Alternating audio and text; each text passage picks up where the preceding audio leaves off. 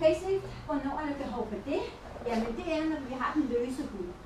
Den løse hud, den her løse hud, der er her, løs hud på halsen og på kinderne, det er der hverken noget filler eller botox, der kan gøres noget ved. Så der er der altså simpelthen et facelift. Og vi laver det i en udvidet form for lokalbedøvelse, også med den her dejlige ros her.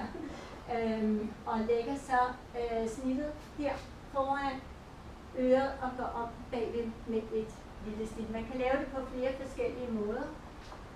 Jeg har også hørt noget, der hedder maxlift, hvor man går ind og med nogle tråde. Princippet er sådan set noget af det samme.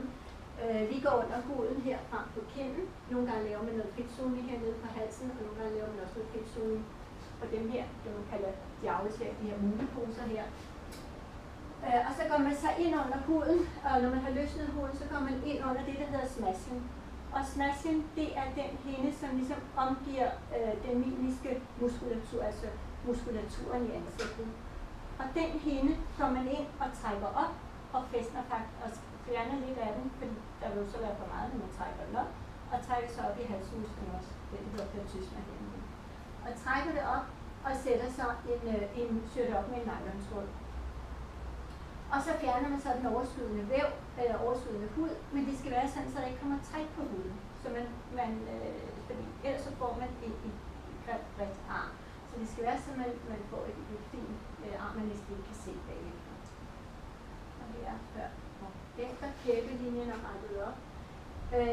Det, som man ikke kan gøre, man kan ikke fjerne de der fuger der. Man kan heller ikke fjerne dem der. Det kunne man godt, hvis man selvfølgelig lavede pandeløft, men altså igen, pandeløft er en pænt stor operation, og nu har vi jo nogle andre remedier, vi nu kan bruge, som man ikke havde i gamle dage. Men igen, hænder, kæbelinje og hænder altså på halsen. Bagefter, der er risiko for blodansamlinger, ekstremt sjældent. Nogle gange så er det bare noget, man bare kan trykke lidt ud, men ellers skal man lige gå lidt op og så fjerne det. Føleforstyrrelser, man er lidt følelsesløs her rundt omkring armen. Jeg har ikke været ude for nogen, der har fået decideret lamme, så man kommer ikke. Nogle gange laver man noget fedtzoning hernede, og der sidder en nerve hernede, som man skal passe på. Men jeg vil sige, passer man på, så sker der ikke noget som helst.